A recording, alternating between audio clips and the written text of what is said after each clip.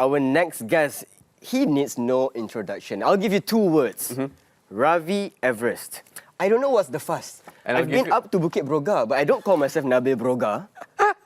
Ravi Everest. Well, you think that's necessary. Now, I'm going to actually tell you a title of a song. Okay. Ain't no mountain high enough. Ain't no mountain high enough, but it's not high. It's actually very not tall enough for him, because he has summited the highest mountain in the world 4 times, and he recently summited Mount K2 in Karakoram, Pakistan, the height of 8,611 meters. Yes, exactly. And here is a stat that we cannot miss out on the figures, okay? On that particular year as well. Scaling Mount Everest 3 times in his lifetime. My gosh, the first time being in 2006 and then again in 2007. And this year.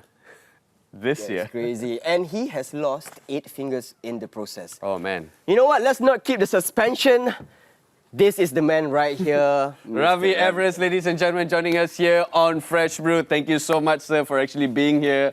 Thank you. And wow, I mean, this is the closest I'll ever be to Everest. I kid you not. That is actually very true. Yeah.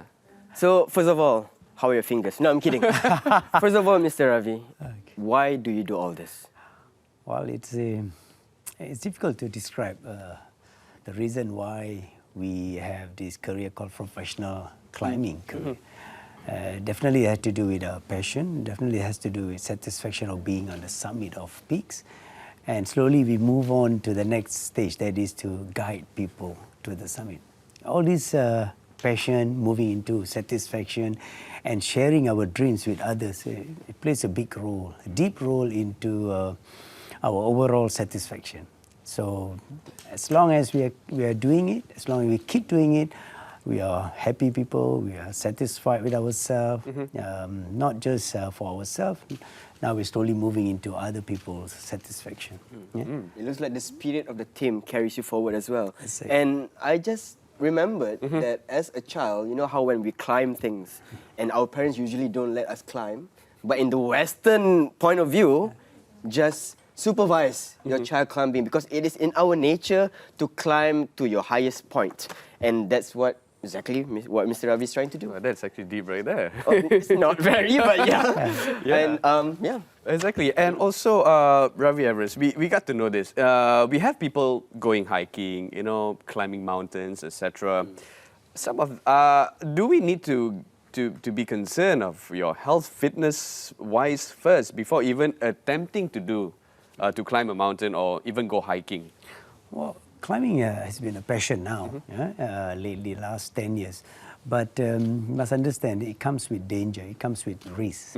So the more bigger challenge that you take, the risk is also bigger. And people die on mountains. People die right from 2,000 meters onwards to 8,800. That's the highest that we have.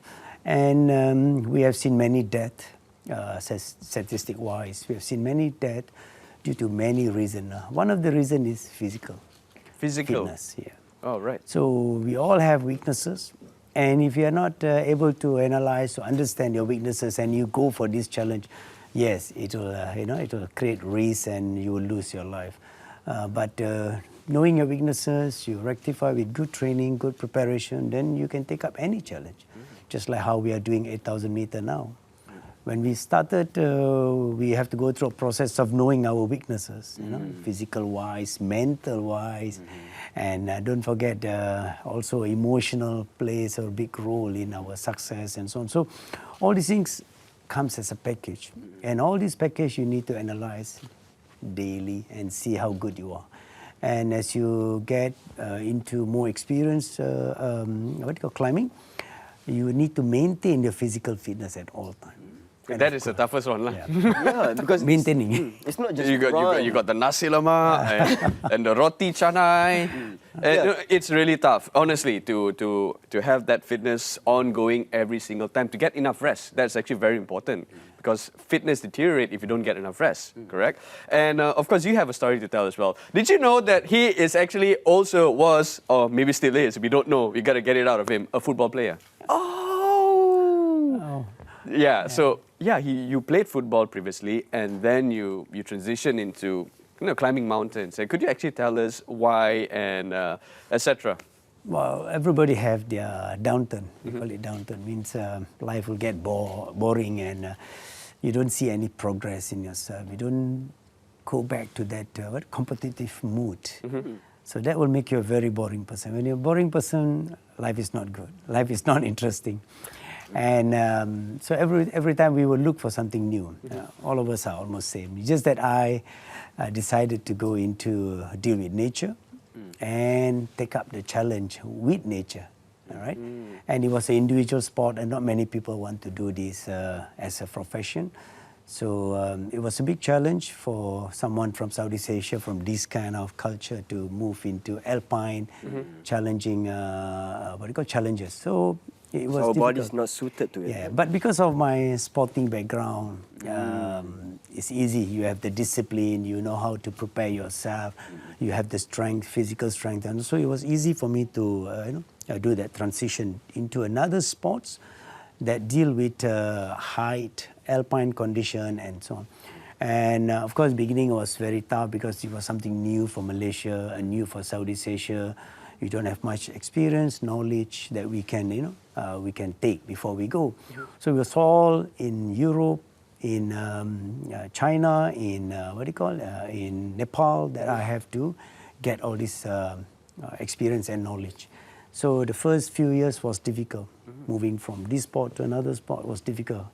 But slowly I managed to overcome all the problems that I had. And slowly I have managed to mingle with the right group of people around the world, and they really helped me. And I moved forward and take up this thing as a very serious sport. Right. Obviously, being on the football pitch and also being on top of a mountain, there are different situations. For example, for me, at the end of my 5-kilometer run, I would feel like dying. I just want to know, Mr. Ravi, like, how is it like to be there at the peak of Everest or at the peak of K2? What is the feeling? I mean, obviously the achievement is there, but I wonder, is it cold? Is it uncomfortable? Do you feel like you want to get down as soon as possible? How was it like? Different mountains have different ending, the summit. And we go through a different, process. Some days we are good, we feel good reaching the summit. Some days when our physical wise is bad, we feel really like very bad. All right. So it all depends on that day, on that summit day we call it. Summit day is where we push from the last camp to the summit and back as low as possible. So on that day, if you feel very bad, believe me, you'll be crawling to the summit, you'll be crying, you'll be begging, and you'll be calling for help every corner, every step. That's how difficult things can be. But some days, fantastic. You feel good, you have the good team behind you, and you just move. Everything is smooth, and the weather is fantastic, beautiful blue sky, So it can be good, it can be extremely bad. And some days, believe me, on a bad day, you cry. This is some serious stuff right here. But of course, highlighting the fact that you climb all and scale all these mountains, right? And you brought the Jalur Gemilang also as well. Now, you want to highlight the very fact that whenever you are facing an obstacle, there is always a way to overcome it. So that is the main reason why you bring the Jalur Gemilang with you and you hoist it up at the peak of the summit. So why do you think that is actually necessary in this present time? Well, from small, many people don't understand the spirit of Jalur Gemilang. It was difficult. We used to play for state, and then when we represent the national team, it's different. But this Jalur Gemilang, once it's been on us, it carries a different spirit. Yeah? And every time I climb mountain, people used to make fun of our flag. They say, hey, is that American flag? The similarity. How dare them. And many of them are not even aware, hey, this is Malaysian flag. So at the beginning part, it was difficult for me to explain to people, hey, this Malaysia, this Malaysian flag and so on. But after that, I get used to these kind of comments. I just put at one side. So we carry the flag right from the base camp to the summit end. bring back the flag. We cannot leave behind the flags. Yeah? So, but day by day, when you achieve success together with the flag, you find that confidence building. So nowadays, we make it compulsory for us to bring the flag. Make it compulsory to put on our jacket and so on. So this spirit is something special, especially when you reach the summit and you come back. This year was fantastic because we completed, we broke a record for Southeast Asia, being the first country in Southeast Asia to carry our flag to number 1, Mount Everest, on 12th May, and number 2, second highest mountain, Mount K2, on 22nd July. In 72 days, we managed to place our flag. And the spirit of Jalur Gemilang will always live. People now in Pakistan knows what is Jalur Gemilang. Yes. Right? So, and people who went to K2 this year, they will know, right? Oh, this is how Malaysia flag look like. And we have you to thank for that. That's amazing, Mr. Ravi. Thank you so much. Yeah, exactly. Matt, well, they should know what Malaysia flag looks like, and they should know that we have awesome food as well that comes from this country, because they know that we have nasi lemak up there, but they just don't know where it came from. But anyways, yes, of course, at the end of the day, we want to bring our country out there. That is actually very important. But in terms of relating this to obstacles, when people, of course, a community sometimes we face, in terms of like racism, it still happens till this day. So what can this story amplify, and how can this actually go out there and to tell people, look, at the end of the day, we are Malaysians and we can do this together? Well, the spirit of this Keluarga Malaysia plays a big role. We used to be individualistic. We carry for individual purpose and so on. But now it's different. Now we carry representing everybody. So for me, K2 was so important because I was representing Malaysia actually, right? Even though coming from a small village, but representing country, the whole country, and carrying the spirit of Jalur Gemilang to the summit was fantastic. You'll cry up there. Yeah, definitely. We have put our flag on Everest many times, but on K2 is something great, something new, and I will never forget that day, that moment of flying that flag. Yeah, thank you, on the summit of Mount K2. Yeah, thank you so much. That's Everest. amazing. It's really amazing what you have achieved. Yeah. I mean, in 72 days, summiting both peaks.